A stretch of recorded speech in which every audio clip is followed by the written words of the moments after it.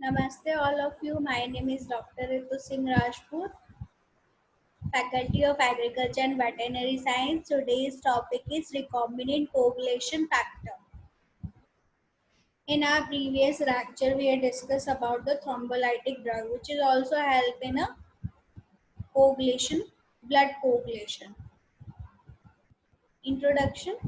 Hemostasis is the process of forming clots in a wall of damaged blood vessels and preventing blood loss while maintaining blood is fluid state within a vascular system. This is called hemostasis.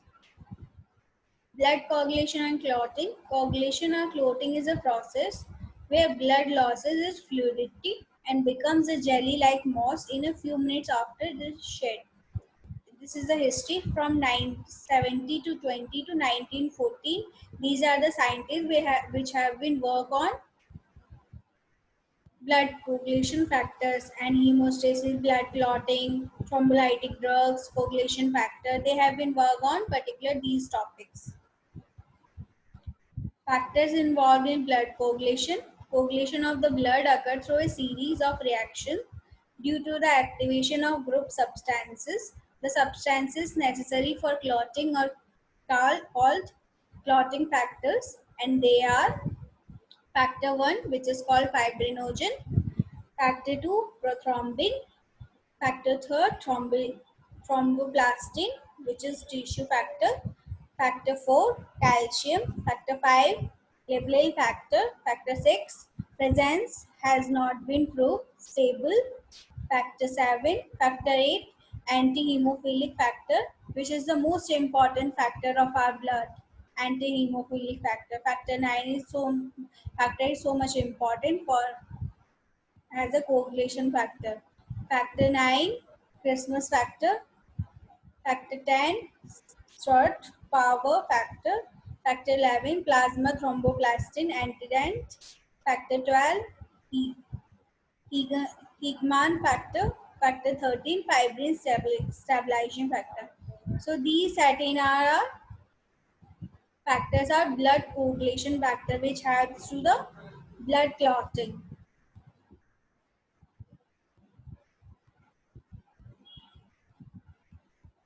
This is the intrinsic and extrinsic pathway of blood coagulation. Where is the hemoglobin factor? So in this factor is factor 12 release factor 12A, then factor 11, then factor 12 11A, then it will be converted. So these are the particular pathway which is the belongs to the that is called intrinsic and extrinsic pathway. In intrinsic pathway there work some factor 12, factor 11, and factor 8, which is called which is a thrombin, and then it will be converted into the common pathway. Then from the intrinsic pathway, there came from the tissues factor, and tissue factor came in the common pathway. Then they give a calcium from the factor 10. Then it will be give to the thrombin. Then further calcium also converted give with the help of calcium factor 13 into the 13A, then thrombin, then further fibrinogen and fibrin. So these are all these factors helps to the activate, inactivate phosphate sulfate with the help of calcium, and they provide the fibrinogen and fibrin. And fibrin is help to the in clotting in the blood. So they have helped to activate the plasminogen, and it will be converted into plasmin. So these all are factor related to the coagulation which helps to the convert to the plasmin to the fibrin. Comparison between intrinsic and extrinsic mechanism blood clotting, source of thrombonestin, damaged platelets, and intrinsic sources.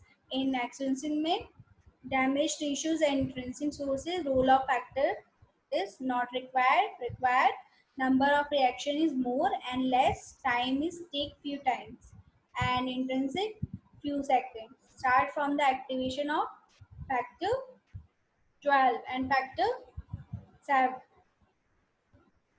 8. factor from 7. I hope you are satisfied with this session. If you have any query, write down in comment box. This session is powered by Digital Session, Jyoti Vidyapeeth Women's University. Thank you.